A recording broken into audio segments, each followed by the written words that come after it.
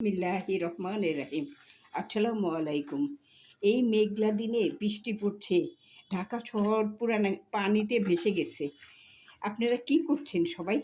আমি তো আমার পরিবার নিয়ে আজকে সবাই বাসায় একসাথে, তাই ভাবতেছি দুপুরবেলা তো খেলাম, এটা সেটা দিয়ে খাওয়া হলো, ভালোই খাওয়া হলো, কিন্তু বিকালবেলা কি খাবো? ভাবতেছি বিকালবেলা এই বৃষ্টির দিনে একটু চটপটা করে খেয়ে নিই, তাই না? একটু ভাল লাগবে, কারণ হঠাৎ করে তো আর ফুচকা বানানো যাবে না কিংবা অন্য কিছু।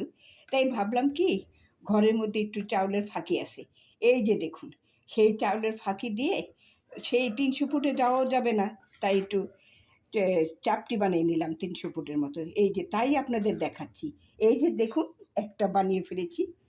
একদম ওরকম না হোক, তাও তো ঘরের মধ্যে সুন্দর চাপটি হলো 300 ফুটের। এই যে দেখুন আরেকটা আবার বানিয়ে নিচ্ছি, এই যে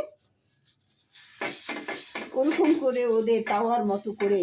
এই যে দেখুন, তাও বাসায় বানালে কি একটা জিনিস মনের মধ্যে শান্তি লাগে, সেটা হলো পরিষ্কার পরিচ্ছন্ন এবং হাইজেন ওরকম করে খাওয়া যায়, তাই না?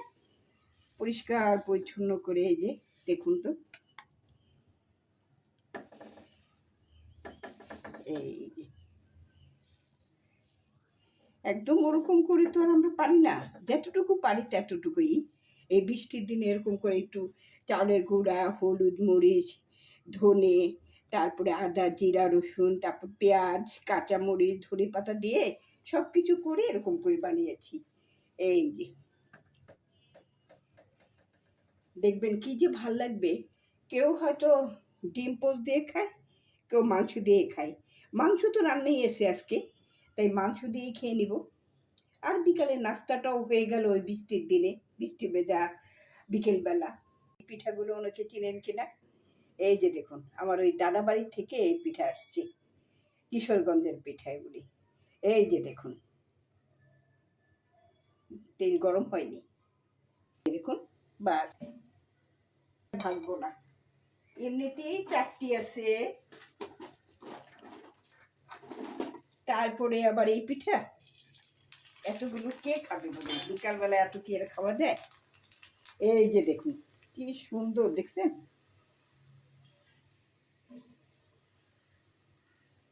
সেই ছোটবেলা থেকেই দেখে আসছি এই পিঠাগুলো। এই যে বললাম আজকে বৃষ্টি ভিজা দিনে, এই যে দেখুন না কি দিনে চটপটা নিয়ে নিয়ে আসলাম আপনাদের দেখানোর জন্য। মুখটা শুধু চটপট চটপট করতেছে, তাই না?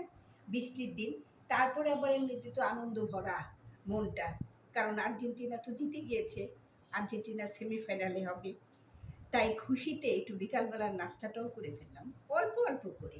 কারণ বিকালবেলা এই যে দেখুন অল্প করে আম কেটে নিলাম, কারণ এই বিকালবেলা কেউ খাবে না। তারপরে এই যে ড্রাগনও অল্প করে কাটলাম। আর এই যে মিষ্টিটা নিয়েছি শুধু হাজব্যান্ডের জন্য, ও মিষ্টি খাবেই সকাল বিকাল রাত, তাই একটা মিষ্টি দিয়ে দিব। আমি আমার মেয়ে কেউ খাবো না। আর এই যে দেখুন কি সুন্দর, দেখছুন? এই যে দেখুন তো, একটু চাপটি বানিয়েছি, এই যে এই যে কি সুন্দর চাপটি বানিয়ে নিলাম। আর এগুলি খাবো এই যে গরুর মাংস দিয়ে, দেখছেন? এই আর এই যে চটপটা ওই যে বললাম না আমাদের দেশের পিঠা, ওগুলা ভেজে নিয়েছি, আর সাথে একটু নিমকি নিয়েছি, চটপটা করে খাবো। তাই আজকে বিকালের নাস্তাটার নামই দেওয়া যায়, তাই না? ফ্রুটস অ্যান্ড চটপটা নাস্তা, তাই না? খুব আনন্দের সাথে খাবো। আর্জেন্টিনা উঠে গেছে সেমিফাইনালে, এই আনন্দে আজকে নাস্তাটা একটু অল্প করে করে নিলাম, কারণ আনন্দ ভরা আজকের দিনে।